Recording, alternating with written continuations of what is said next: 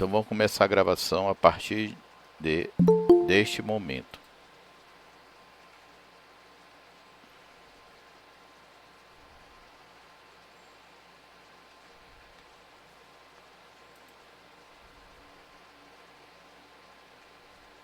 Vamos começar a gravação a partir desse momento, tá? Então, eu falei pra... Peraí que já trouxe aqui, já tô armado aqui, já. Então, eu falei pra vocês que nós iríamos começar a trabalhar com os modelos de qualidade, né?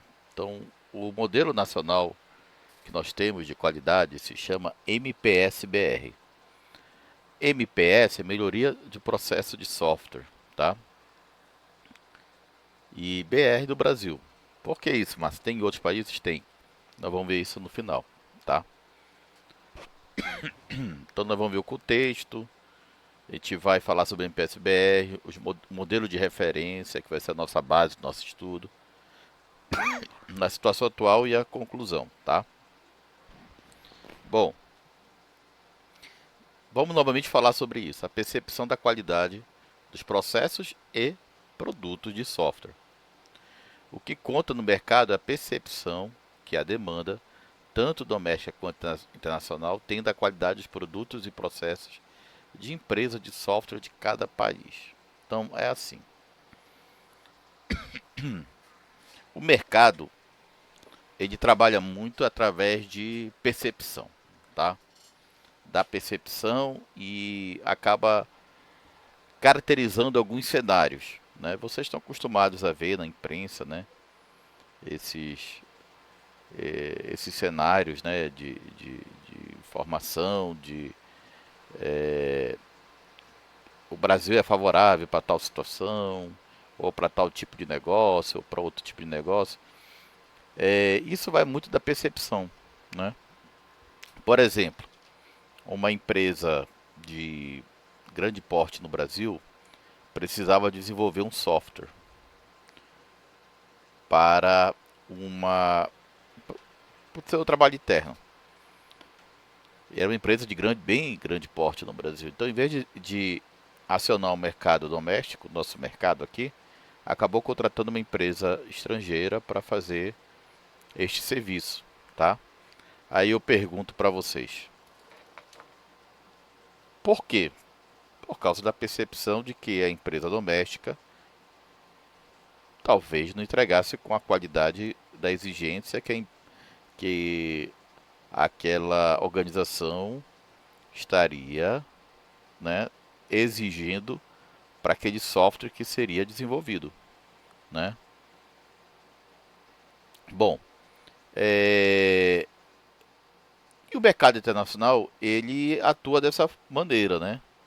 Então ele atua a partir das demandas da entrega das demandas, da utilização dessas demandas e saber se essas demandas elas foram demandas entregues com qualidade ou não. Se elas não forem com qualidade, essa demanda, o resultado não vai ser o esperado, né? E aí, e aí acaba se criando uma percepção que o mercado quando a gente fala, é o conjunto de todas as empresas que estão trabalhando naquela, naquela, naquela produção daquele produto, né? Ele não é um mercado, podemos dizer assim, confiável para fazer produtos confiáveis de qualidade, tá? Bom, um exemplo é a questão da Índia, né? A Índia hoje, ela é um exemplo de construção de produto de software com qualidade, né? A Índia, como o Brasil, faz parte de um grupo de países que são considerados até hoje países emergentes. Então, enfraqueceu um pouco isso, né, dos últimos tempos, mas que possui resultados muito favoráveis em vários tipos de de mercados, né? São produtores, são países que têm condições da economia ser diversificada, né? Em vários aspectos e que vai trazer isso resultado para a economia do país. Então, o grupo desses países emergentes chamado de BRICS, né? Que é Brasil, Rússia, Índia, China e África do Sul, né? E esses países, cada um deles, eles foram para alguma empreitada ou algum tipo de mercado na qual eles acabaram sendo, podemos dizer assim, bem efetivos nesse mercado. Por exemplo, o Brasil. O Brasil entrou na questão do agronegócio, né? Então, o agronegócio, o Brasil certamente é um dos países mais fortes do mundo, né, no agronegócio. Que, é, quando a gente fala em termos de produção, é uma produção primária. O que é uma produção primária? Para vocês para vocês venderem, terem uma quantidade financeira ou econômica importante, né? Ou que tenha uma boa quantidade desses produtos em venda, é necessário que tu produza muito e venda muito, né? Então a gente produz muito e vendemos muito. Tem até uma crítica hoje em dia que o agronegócio brasileiro está ficando um agronegócio de monocultura, né? Tá só querendo trabalhar na produção de soja, né? Basicamente. Mas enfim, e cada um desses países teve algum destaque internacional em alguma linha. Então a Rússia foi na questão do gás natural, né? A maior produtora de gás natural do mundo, né? Tem uma economia hoje focada também na questão do. Só permitir a entrada do Rafael aqui. A economia também focada na, na tecnologia também. Boa noite, professor. Boa noite. Mas assim, de todos esses países emergentes, a Índia foi uma coisa mais impressionante, né? Porque a Índia é assim, a Índia é um país grande, se eu não me engano, é o sétimo maior país de extensão territorial do mundo. Então é um país grande, só que é menor que o Brasil, e podemos dizer assim, bem menor que o Brasil, né? Comparado com o Brasil é um país no mundo considerado um país gigantesco, tem dimensões, né, gigantescas. É, e a Índia, gente, tem muita gente, mora muita gente lá. A população da Índia, a tendência é que ultrapasse a população, por exemplo, da China em 2050. Né? Então, pensa que a população da China é na casa de 1,4 bilhão de pessoas. A Índia, se não me engano, já está na casa de 1 bilhão, ou está bem próximo. Né? Muita gente. Né? E como é que um país como. A gente pensa no mini caos, né? Porque é um país que tem muita gente para um espaço. Pensa que no Brasil colocar 1 bilhão de pessoas aqui no Brasil é 5 vezes mais do que a população brasileira que nós temos hoje. Né? Então é, um, é uma situação assim. Como é que esse país conseguiu ser um país emergente na economia? Tá? Então, assim, olha como a coisa é um pouco mais densa, né? A Índia, por questões religiosas, os países eles crescem muito na questão da pecuária e do agronegócio, né?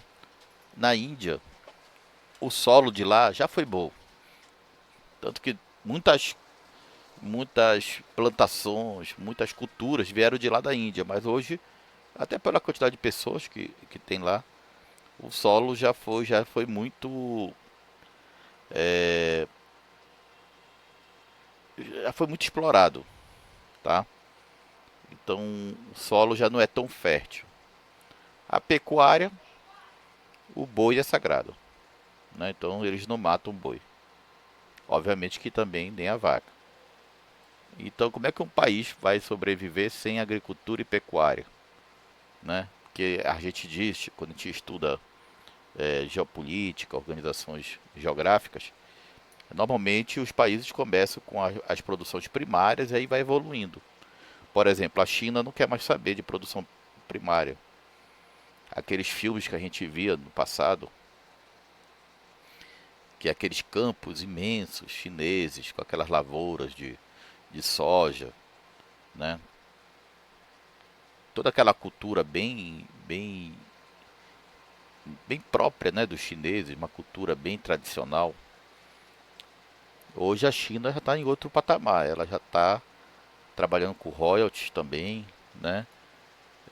Na produção de tecnologia, né?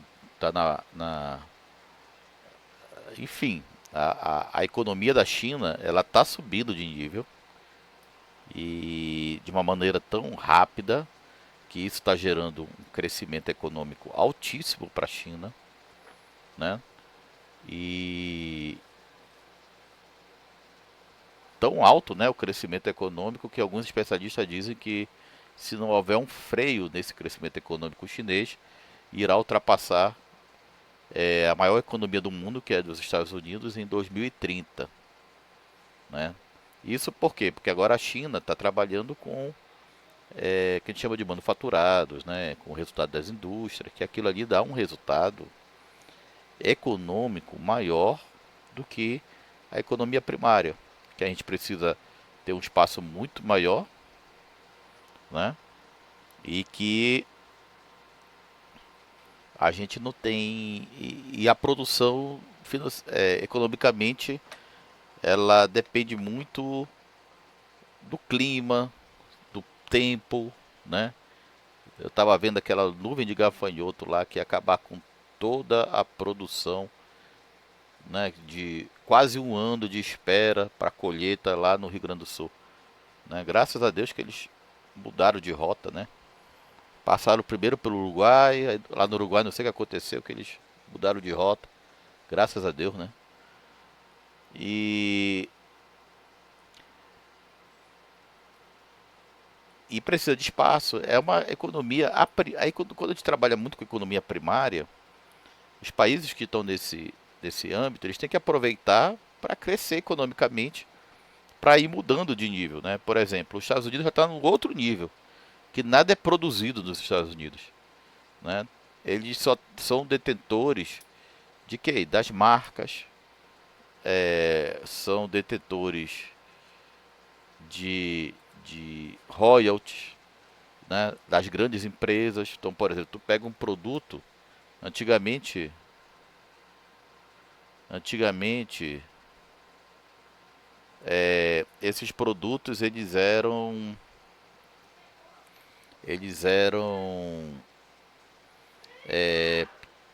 os produtos americanos eram todos produzidos totalmente na China. Por isso que tinha aquele made in China nos produtos. Por quê? Porque a mão de obra é mais barata, era uma grande indústria que as pessoas trabalhavam muito, 12 horas, 13 horas por dia, né? Um produto saía bem barato nessa produção e se vendia caro no mercado internacional e aumentava as margens de lucro das empresas. Só que os chineses mudaram de percepção do cenário. Os chineses hoje já estão em outro nível, né, tecnológico, estão assustando os americanos, né? Eu vi o debate ontem, né, entre os dois candidatos lá. Os dois estão preocupados com a China, né? Não quer dizer que só um está preocupado com a China, não. Os dois estão preocupados, que é o crescimento econômico absurdo e, e eles é, levam uma vantagem que para mim é uma desvantagem, né? Então como eles não têm problemas políticos internos, porque senão eles abafam, né? Então eles acabam correndo só com as decisões internas deles. Então para mim isso é uma desvantagem porque é muito melhor tu teres discussões políticas internas, né? Do que tu teres um cenário que não seja assim.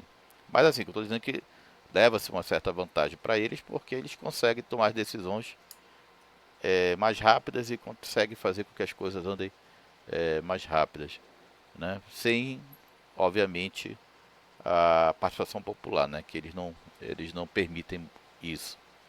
Mas isso é outro nível, tá? Vamos falar da Índia, que a Índia que é o nosso cenário aí. Então, como eu falei para vocês, a Índia, o solo dela já foi muito utilizado, muito castigado, e o boi é sagrado. Então não pode viver de, de uma indústria primária, na produção primária. Eles investiram na área de tecnologia. Impressionante, todo indiano fala muito bem inglês, né? Nas escolas, hoje a segunda língua dos indianos é o inglês. Já é considerada até uma segunda língua. E eles investiram muito na questão da tecnologia, na produção de softwares. Então hoje, a maioria das empresas que estão nos níveis mais altos de maturidade do CMMI, que é o modelo internacional, é a Índia. São empresas indianas. E essas empresas indianas, elas estão comercializando seus softwares para todo mundo, tá? Hoje é considerada a indústria americana, a indústria indiana de software como sendo a melhor indústria de software do mundo, tá? Tudo por causa do investimento que houve, né, nesse cenário. Eu me lembro que um tempo atrás se pensava aqui no Brasil de avançar também nessa linha, mas acabou que a gente não acabou não avançando, tá? E a Índia hoje ela está num patamar bem mais alto em termos de produção de processos e produtos de software, principalmente no quesito qualidade. Alguma dúvida até aí, gente? No- Tranquilo? Tranquilo. Tá. No Brasil, as empresas elas correram atrás da ISO 9001. Por quê, gente? O CMMI, gente, é muito caro, tá? Eu estou falando de CMM porque antigamente era CMM, tá? Aí eu estou fazendo uma referência ao ano de 2003, vou fazer uma série histórica com vocês, mas o CMMI é um modelo internacional caro. Caro no sentido de que os consultores, para tu poderes contratar esses consultores para poder fazer a avaliação, tanto da implementação quanto da avaliação de qualidade, são consultores que vêm de fora, né, de fora do Brasil, né, vamos colocar aqui. E o custo é em dólar. Além do custo em dólar, os preços são altos, né? Os preços são altos. E o Brasil, o cenário da indústria brasileira é um cenário diferente. É um cenário que nós temos mais micro, pequenas e algumas médias empresas, tá? Eu não digo que são várias médias empresas, são algumas médias empresas. A maioria é micro ou pequena empresa. Existe uma diferença de trabalhar com software dentro de uma empresa grande. Vou dar um exemplo para vocês. Conhecidos da gente: IBM, Oracle,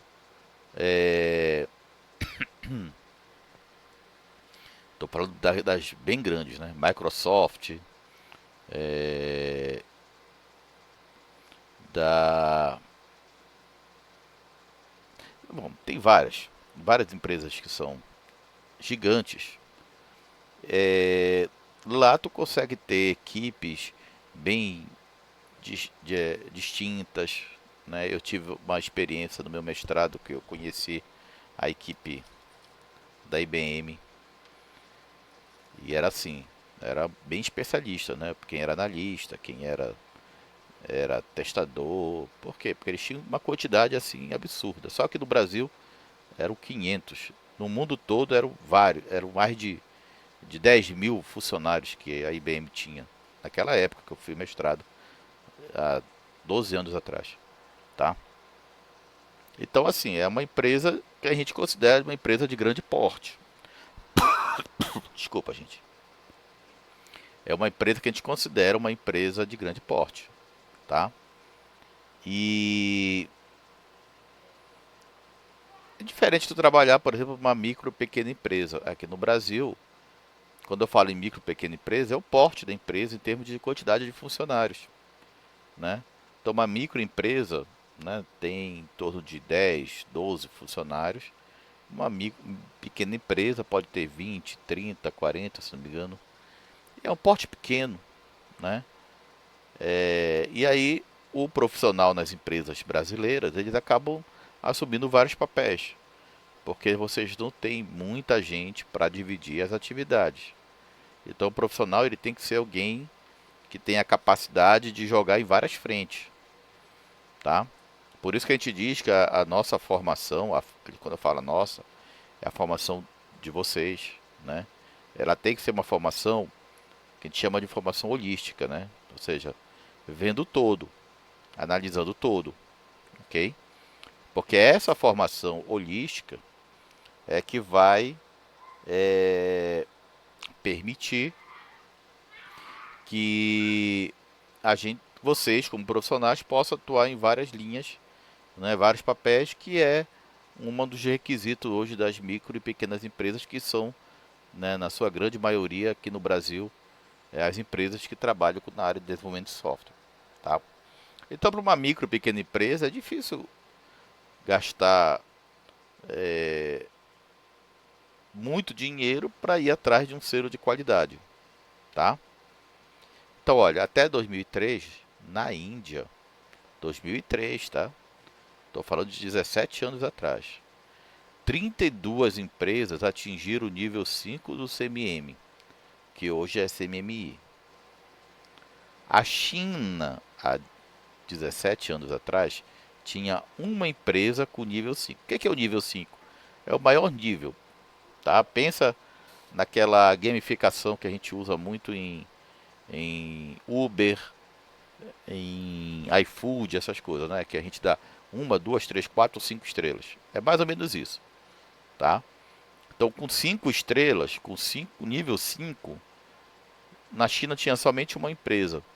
E o Brasil não tinha nenhuma empresa em 2003, tá?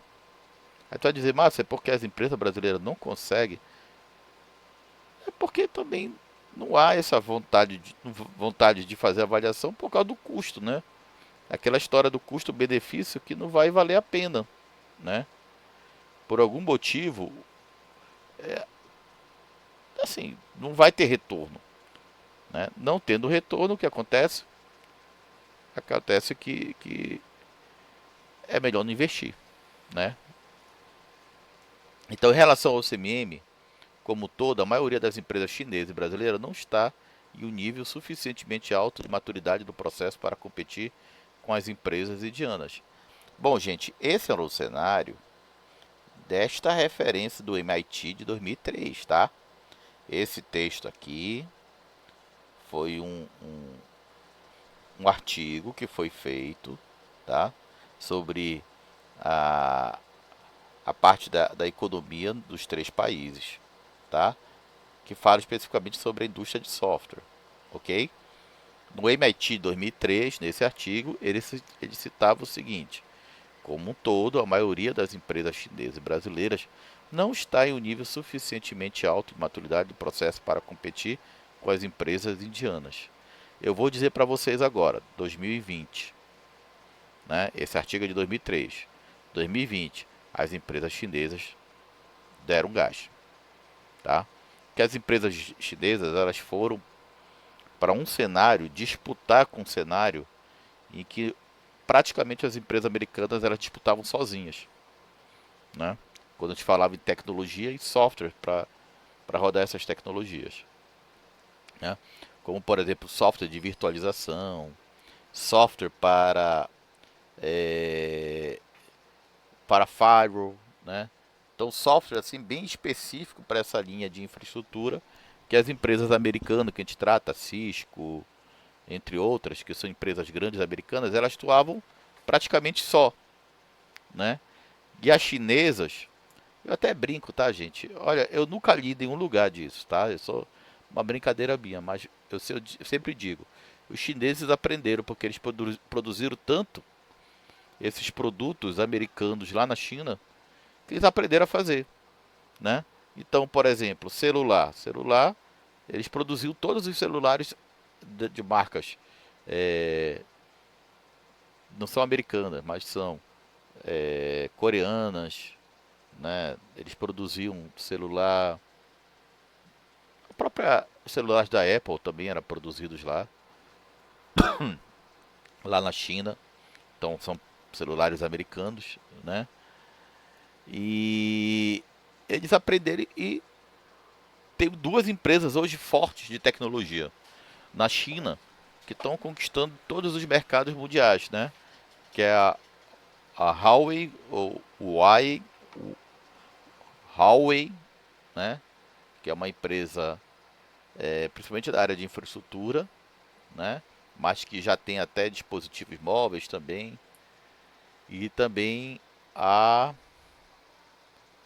outra, esqueci o nome. Também que tem celular hoje. Xiaomi. Xiaomi. Tchau. Xiaomi. Ou Xiaomi, né? Que o pessoal fala, né? E essas duas empresas, elas são fortes hoje na indústria mundial, né? Não existiu essas empresas quando teve esse artigo do MIT aí, por exemplo, em 2003. E hoje elas disputam o mercado no mundo, até porque internamente o mercado chinês ele é extremamente forte, porque tem muita gente compra. Então a quantidade de vendas desses produtos foram para a estratosfera, tá? Porém, o cenário brasileiro continua sendo o mesmo, micro e pequenas empresas, tá? Continua sendo o mesmo. A gente não avançou nessa etapa da tecnologia, tá? Nós não tivemos esse upgrade, né?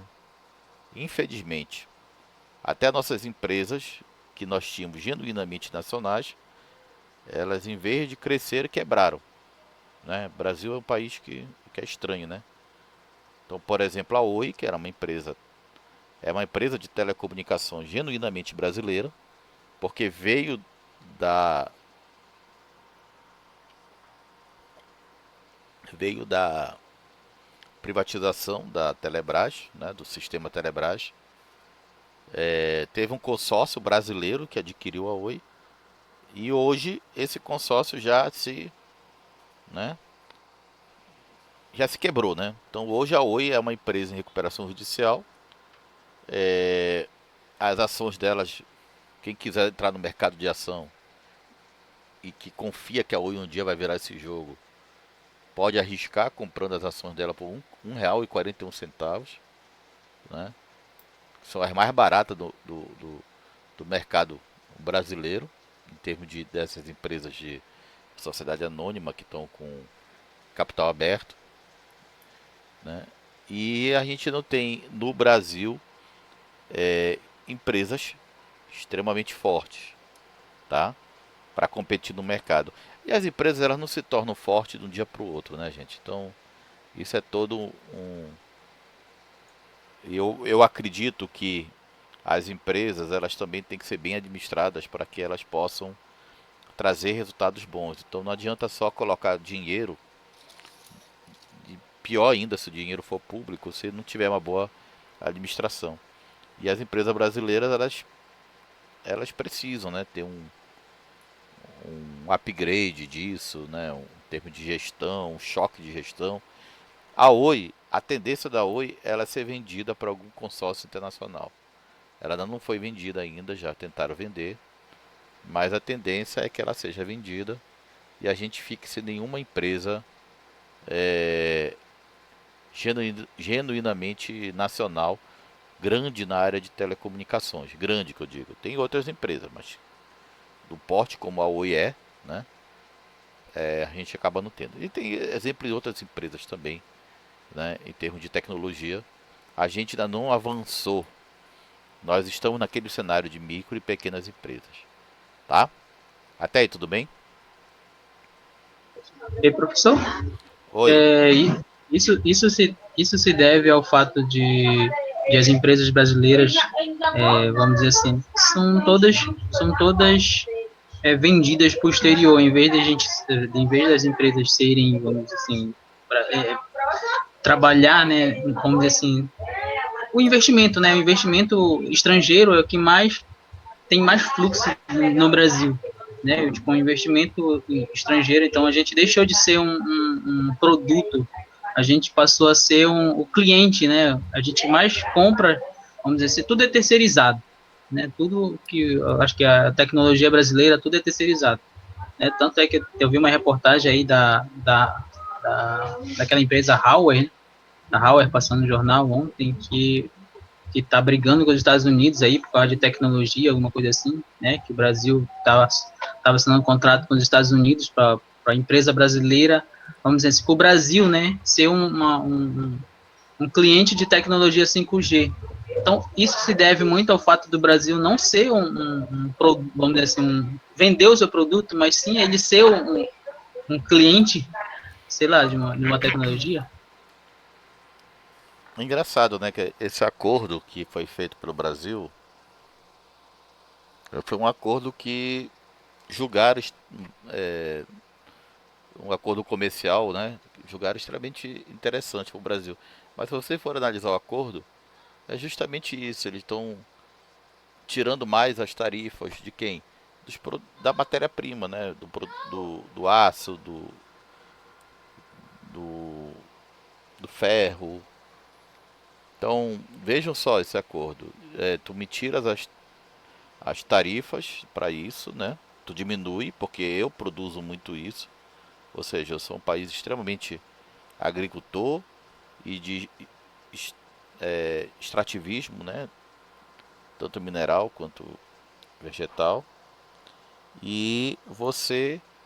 Agora, é o seguinte, eu vou baixar, vou comprar mais de você, mas também você está proibido de comercializar com outro, porque você tem que usar a minha tecnologia, ou a tecnologia que eu vim desenvolver, né?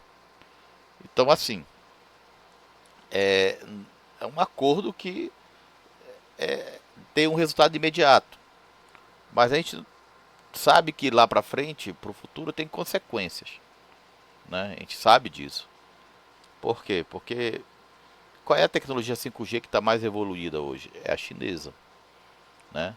Então a empresa Huawei chinesa já desenvolveu é, a, a tecnologia 5G de uma maneira assim absurdamente rápida e vários países já estão comercializando com a China.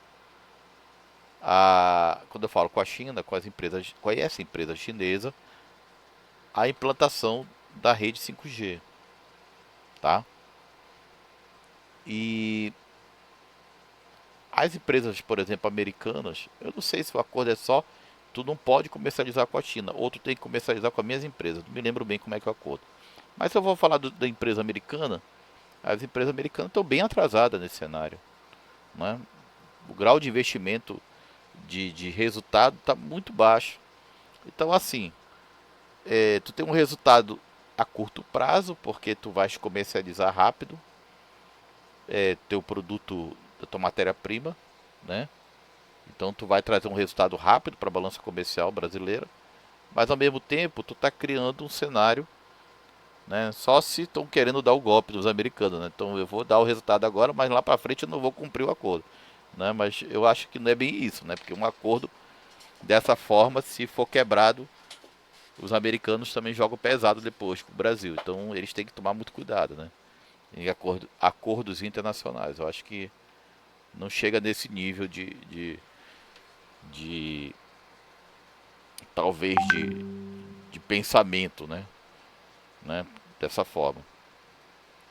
Agora é assim, o Brasil ele está muito atrás, muito aquém em termos de empresas, de indústria na área tecnológica.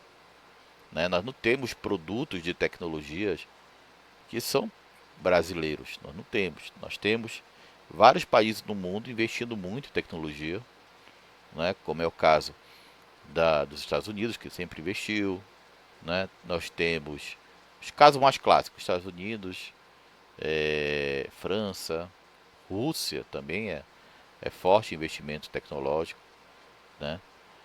Aí tu tens a China, tu tem a Coreia, tu tem o Japão, né? Tu tens a Índia, tu tens o México. O México, a maior indústria, a maior empresa de telecom do mundo é a mexicana, que é a Claro, né? Ela hoje é a maior empresa, e o dono dessa empresa é uma das pessoas mais ricas do mundo, porque a empresa fatura muito, né? Então, assim, o cenário do Brasil, ele é um cenário que o brasileiro consome tecnologia dos outros países, porque a nossa indústria nessa área, ela não é forte, não é uma indústria forte, né? Ela é uma indústria que também ela não é uma indústria que não existe, não, ela existe, tá? Porque em alguns países a indústria tecnológica não existe. No Brasil a indústria existe, mas ela não tem a força que a indústria desses países que eu comentei com vocês aí, né, possui para o cenário internacional. Então a gente acaba consumindo os produtos de tecnologia deles, né? Por exemplo, a Alemanha começou a investir nessa área de tecnologia, que a Alemanha ela tem um investimento muito alto na parte da tecnologia mecânica, né, em automóveis, é, a parte mecânica de maquinário, de indústria, né? Ela tem um investimento muito alto nisso, a Alemanha. E ela começou a entrar também na linha da tecnologia, e ela está se desenvolvendo muito rápido, né? Então, assim,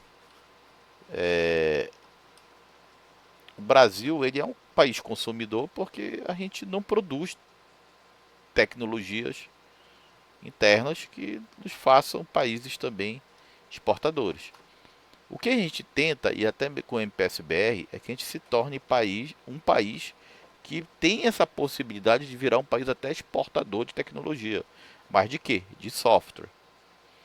E eu já tenho cenários aqui no Brasil, por exemplo, eu tenho um amigo que montou uma empresa, tá? Eu vou ver se ele até, numa dessas nossas oportunidades de aula, ver se ele faz um webinário com a gente. Vou ver se ele tem esse tempo para ele contar um pouco o cenário da empresa dele.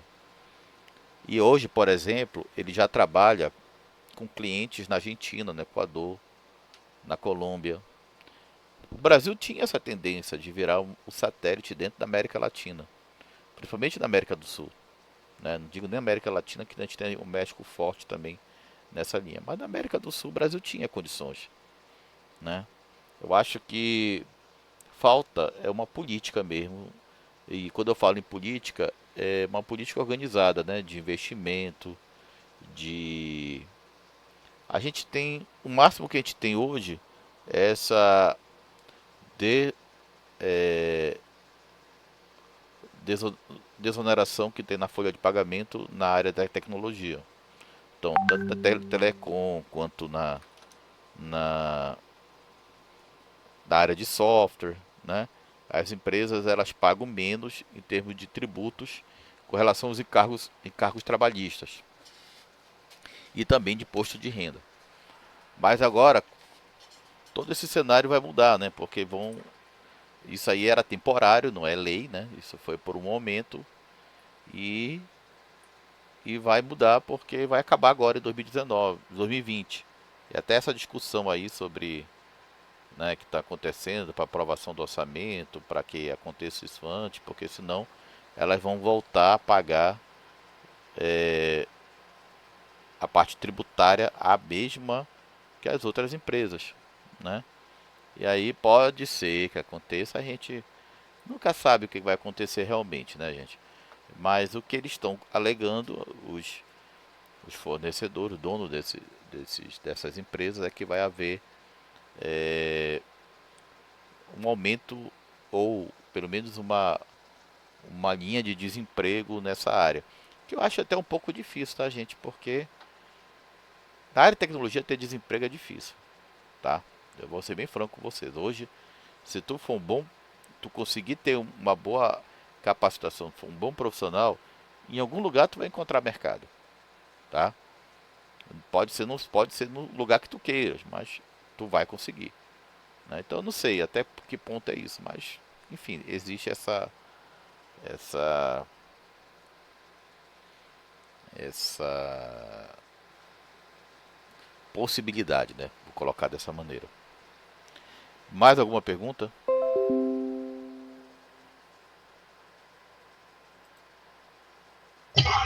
Não, não, professor. Não, professor. Bom, olha, tem uma, aí o que eu falei, eu estou olhando só até 2003, tá? Depois eu vou olhar para esses anos agora.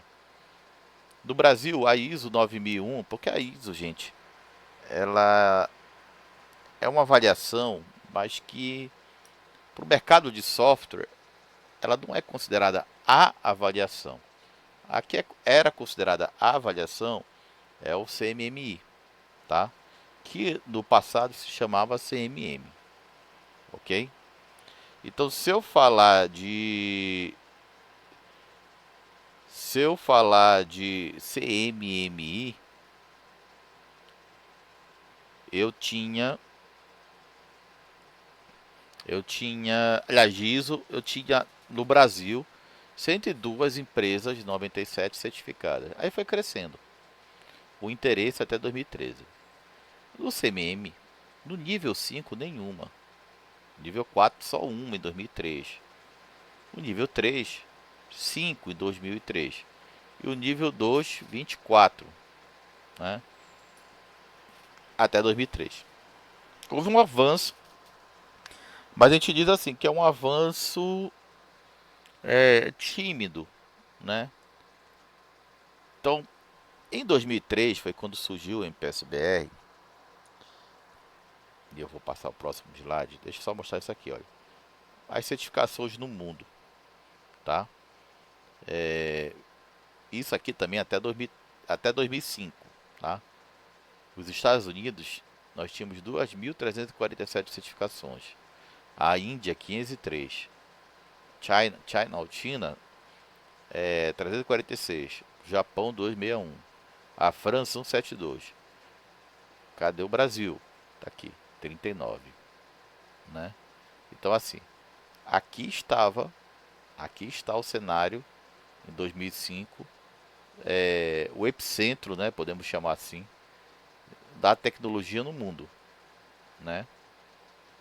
Em termos de empresas de software, tá?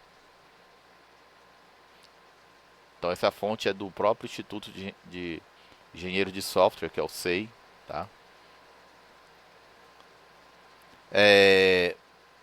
Aqui eu tenho os estados que nós tínhamos empresas certificadas, tá? Então aqui eu tenho, em São Paulo, eu tenho até 2000 e eu não coloquei a data aqui, tá? CMM, mas é 2005, tá?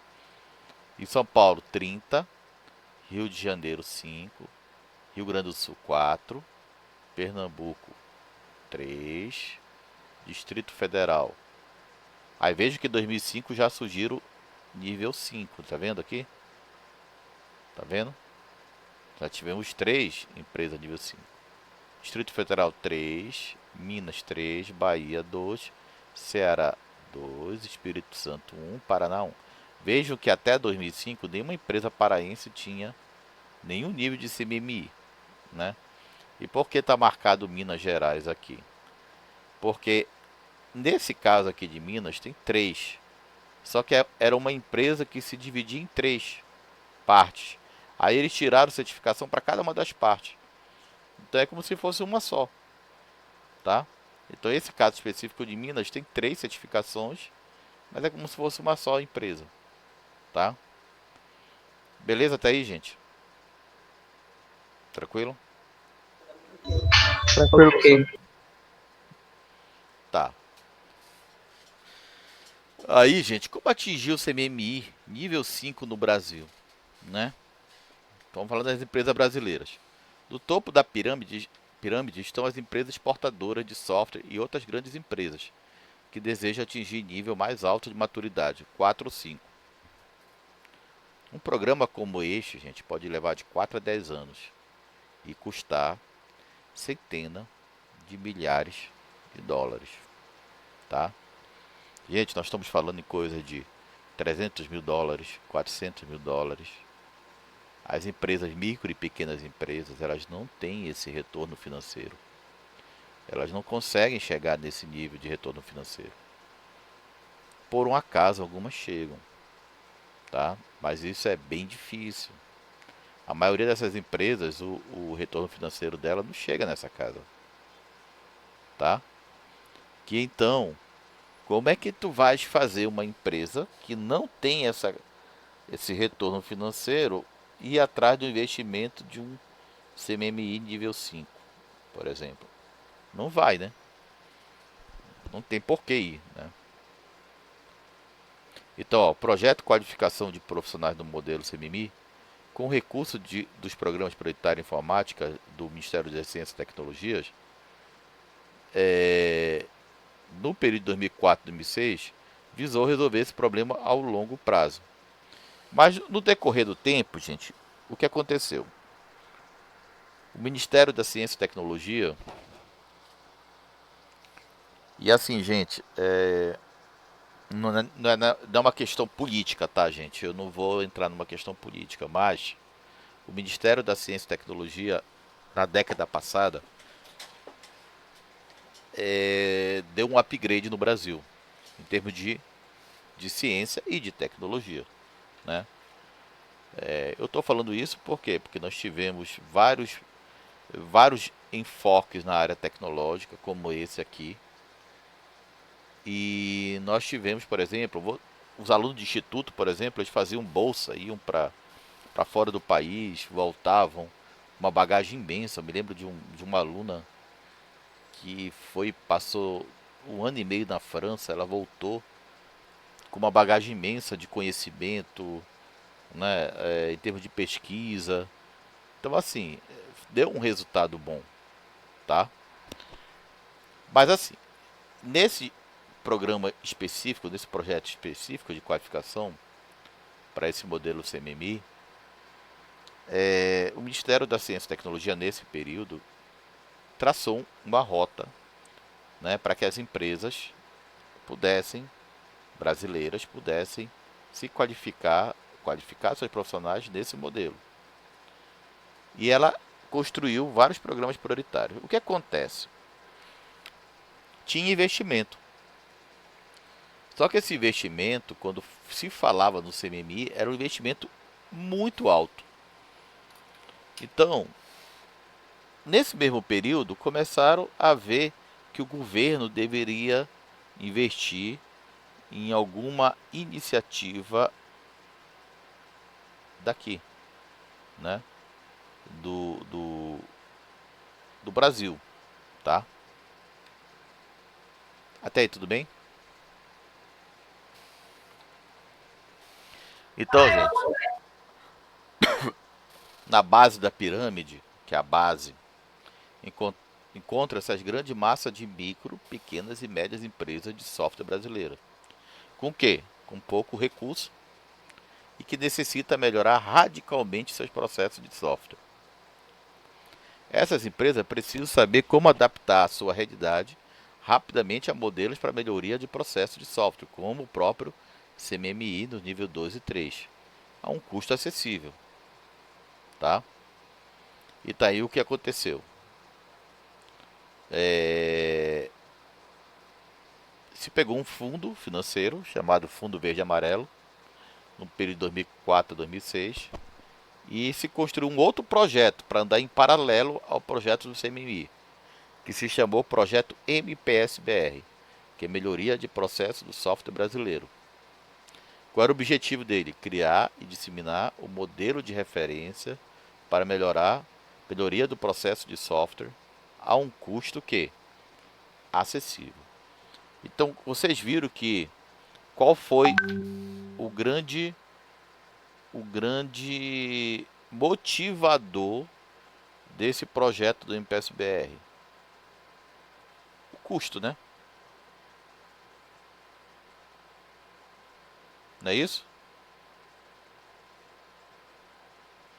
O custo. Porque o CMMI, ele não estava acessível para a maioria das empresas do Brasil. O custo é muito alto. Então, bora fazer um projeto que permita que essas empresas possam ter referência de qualidade, mas no custo que elas consigam pagar, tá? Então, o custo sim foi o grande motivador. Isso é fato, tá? Isso era uma espécie de subsídio, é, Márcio? O fundo, Sim? sim, era um subsídio que era assim, o fundo verde e amarelo, ele auxiliou eu tenho um slide aqui que eu vou mostrar para vocês. Depois eu passo aqui. Ele financiou principalmente o projeto, que foi capitaneado por três pilares. A própria academia, que eu te disse, ou seja, os acadêmicos, os professores acadêmicos. Aí se destacou uma professora lá da COP do Rio de Janeiro, que é a Ana Regina Rocha, tá? Da indústria, porque várias empresas vieram auxiliar esse trabalho, como por exemplo a Cerepar do Paraná, que é tipo a Prodepa do Paraná, outras empresas, né, também que não são públicas, são empresas privadas, e também o governo. Aí o governo entrou com o quê? Com investimento financeiro para auxiliar a, a organização deste processo de melhoria, né, desse modelo de referência, tá?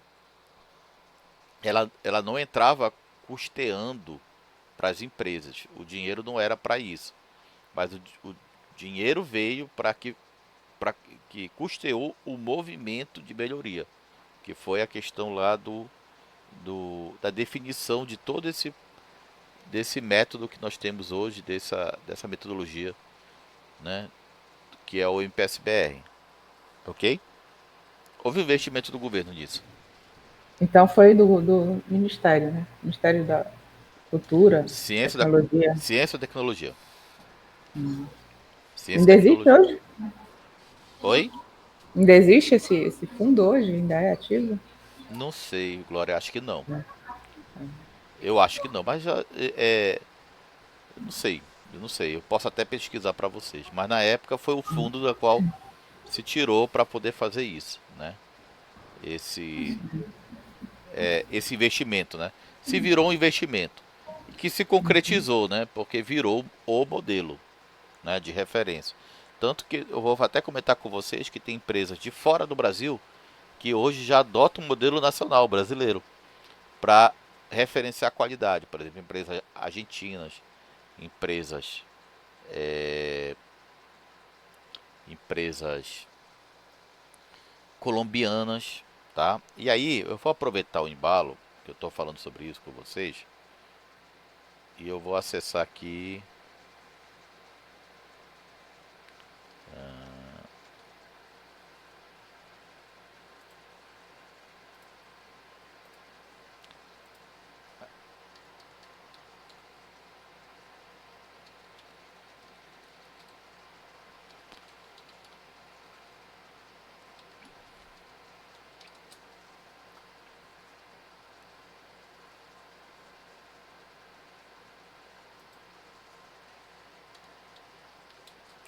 MPSBR. Tem uma organização hoje que toma conta do MPSBR chamada Softex, tá? Eu vou comentar com vocês sobre ela, mais lá para frente.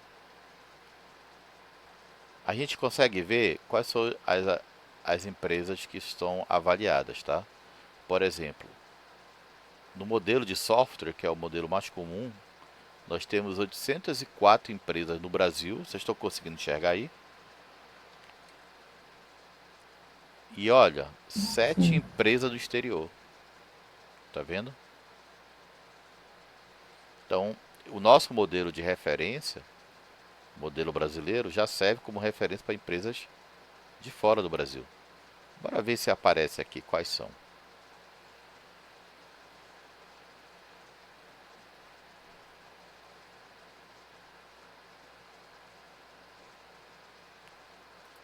Deixa eu ver as empresas aqui.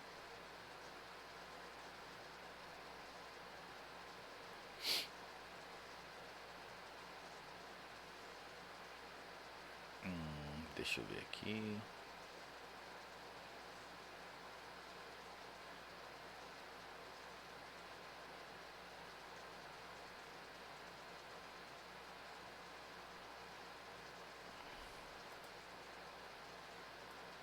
Isso aqui é por estado. Tá. Mas, por exemplo, por estado aqui, eu vou colocar aqui no Pará, né? Que é a nossa.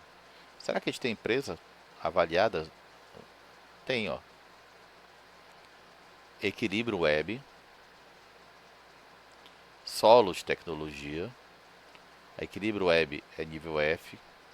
A Solos é nível G. Tech Lead, nível F. Tech Lead tem de dois, né? De software e de serviço. Totvis, em Belém, nível F. Vox Data, nível F. E o W3, Automação e Sistema, nível E. Qual é a mais alta? O nível vai de A até G. A mais baixa é G. A mais alta é A. Então é A, B, C, D, E, F, G. Então aqui no Pará nós temos uma empresa nível E, que é W3 Automação e Sistemas. Inclusive é de um amigo meu. Eu já conheci a fama dessa empresa meu, professor. Eu tinha eles no Facebook, são bem organizados mesmo, em termos de Exatamente. processo. É o Fabinho, que é o dono da empresa. Eles já estão no nível E. E aí, gente, preste atenção. Essas empresas eu conheço todas elas. Aqui no Pará, Equilíbrio Web, Solos, TechLead, a Totvis é uma empresa que ela é nível nacional e aqui foi avaliado somente a fábrica de Belém, tá? A Vox Data, W3, então são empresas assim de... mas são empresas grandes? Não são. São empresas médias? Não são. São pequenas empresas, tá? E eu posso dizer que são em pequenas empresas, mas que trabalham com desenvolvimento de software de maneira de qualidade, porque elas foram certificadas, né? Através de quem? Do modelo do MPSBR. Vocês entenderam? Agora, se nós fôssemos ter apenas o modelo internacional CMMI, eu digo para vocês que eu provavelmente não teria esse cenário aqui não, tá? Porque é muito caro. Eu acho que essas empresas, elas não geram um volume de negócio tão alto a ponto de permitir que se tenha esse gasto, podemos dizer assim, tá? Não tem, eu não vejo uma empresa ter um volume de negócio desse nível. Até o tempo desse atrás, por exemplo, a Prodepa tinha, só que eles não fizeram a renovação, perderam a certificação de qualidade que eles tinham, entendeu? Acabaram perdendo. Então até um tempo atrás até a Prodepa tinha. E eles foram muito bem. E assim, eu trabalhei lá. Foi substancial a mudança.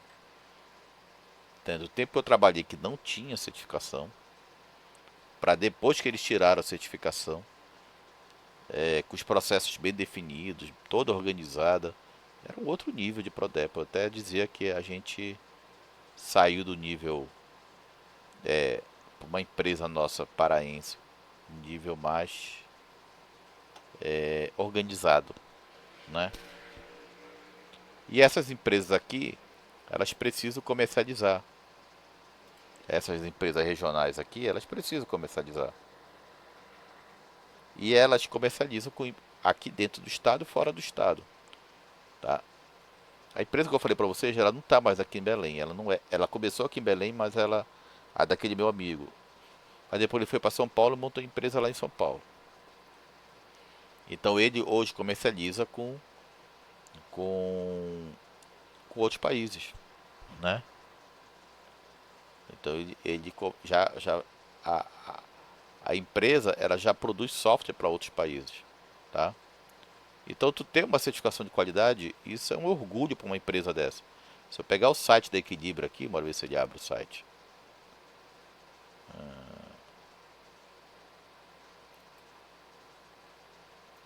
Acho que aqui deve dizer aqui qual é o site da empresa.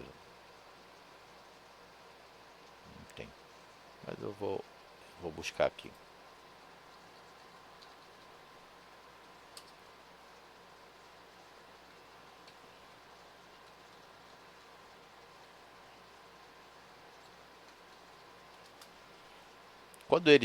Quando uma empresa consegue uma certificação dessa, normalmente ela divulga essa certificação, né? Por quê? Porque isso é um diferencial, né? Aqui no estado, olha aqui, tá vendo aqui? Vocês estão vendo? Sim, sim. É um selo de qualidade para a empresa. Então todas elas, a Vox Data lá do, do Oliveira, deve também ter aqui. Deixa eu ver.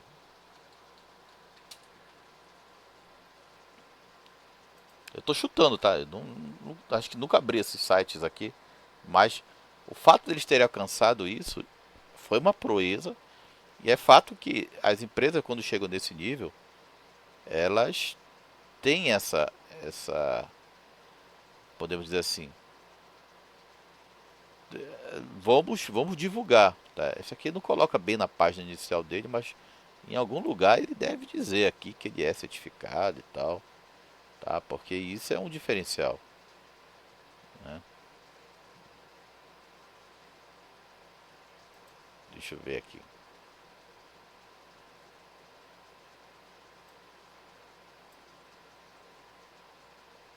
Esse aqui já não colocou. Não sei também se é esse que é da Vox Data, porque tem uma outra Vox Data. Eu não sei se é esse que é o site dela, né? Mas enfim, o que eu estou dizendo para vocês é que é um diferencial para uma empresa dessa. Chegar no ponto desse de ter uma certificação de qualidade é um diferencial. E não é fácil, tá, gente? Não é algo que diga assim, ah, a gente consegue tirar isso tranquilamente. É uma mudança mesmo de cultura, né? Então, a, a, aquela empresa acaba tendo um ganho em termos de organização e de previsibilidade altíssimo, né? Uma dessas empresas aí, eu não vou dizer qual, né? Até porque esse vídeo fica no YouTube, depois aí o colega ainda vai ficar chateado comigo. Mas é uma dessas empresas que estão aí, que ganharam certificação de qualidade, antes era um caos, né? Eu cheguei a participar de uma conversa assim, de ir na empresa e tal. E o cara tava descabelado, não sabia o que fazer, que tudo tava dando errado, tudo era erro, tudo era não sei o que. Era uma reclamação constante, né? E assim, ele não se consegue ajudar se ele não fosse atrás realmente de conquistar esse espaço, essa linha da qualidade. E ele foi atrás, tá? O que aconteceu? Simplesmente a empresa deu uma reviravolta, né? Hoje ele está tranquilo, né? Por quê? Porque a empresa hoje, ela, a percepção de qualidade não é só externa, é interna também, né? Tu fica mais seguro das tuas ações, né? Dos teus resultados. Então ele é um cara hoje bem tranquilo, né? Mas eu acho que ele começou a tomar remédio de pressão lá com uns 20 e poucos anos, quando ele tava correndo atrás da empresa, tá? Até aí tudo bem, gente? Tranquilo? Sim. Então assim, o que as empresas têm em termos de quando trabalha com a questão da qualidade do processo, é o aumento da qualidade do produto, diminuição do retrabalho, maior produtividade, redução do tempo para atender o mercado, maior competitividade, maior precisão nas estimativas e o acompanhamento da satisfação do cliente. É tudo que a gente quer, tá? Então eu sempre indico para as empresas, vão atrás, corra atrás, veja esses modelos de qualidade e tente implantar esses modelos de qualidade, tá? Aí nós vamos entrar, esse foi todo um contexto para vocês, tá? Que eu fiz para vocês aí. Aí nós vamos entrar efetivamente no MPS-BR, tá bom? Que eu vou deixar, gente, para a próxima aula, tá? A gente já vai tratar do MPS-BR especificamente. Hoje eu tava muito ruim da garganta, que eu ando falando muito esses dias. Eu já falo muito, né? E eu tô falando mais ainda. Eu tive a sorte das minhas disciplinas terem tudo no primeiro bloco, né? A de vocês foram 3, mais uma uma outra turma. E aí eu tô cheio de turma e tô falando muito. E a voz tá indo pro espaço, né? E aí eu vou dar uma aliviada, né? Pra ver se eu melhoro um pouquinho durante o final de semana. Não é nada de outro mundo não, tá, gente? Isso acontece comigo. Isso é... Quando eu pego uma rotina muito forte de aula, isso vai acontecendo. Até porque eu tenho uma situação de uma tendência a começar a ter essa perda de voz. Então, gente, nós vamos parar bem aqui, tá? Na próxima aula nós vamos tratar, já vamos entrar na parte do MPS-BR, tá bom? Então, nossa próxima aula vai ser na quarta-feira. Até aqui alguma pergunta, pessoal? Não, não. Tudo tranquilo? Tudo tranquilo, professor.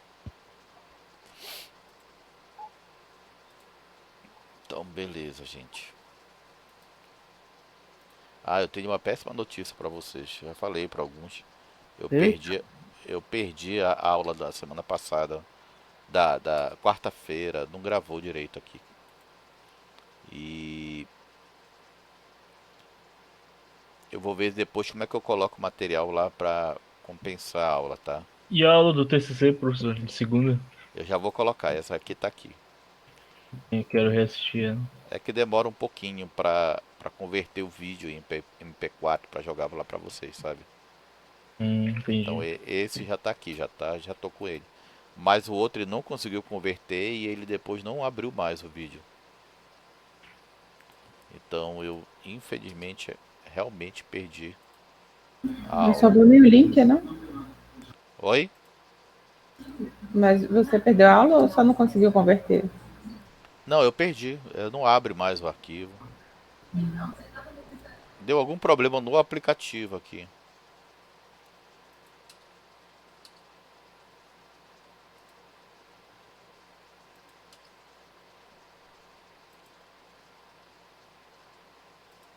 E não tá abrindo o cigarro, né? Porra. Agora, O negócio hoje tá... Como diz o cidadão, sextou hoje, né? Sextou, porque o cigarro não quer até o abrir. sistema assustou. É. Então eu só vou falar em voz alta que depois eu vou ver só a parte final do vídeo para ver quem estava aqui, tá? Aí eu faço a frequência. O Nicolas, o Vinícius, a Glória, o Rafael, o Daniel Santiago, a Bianca,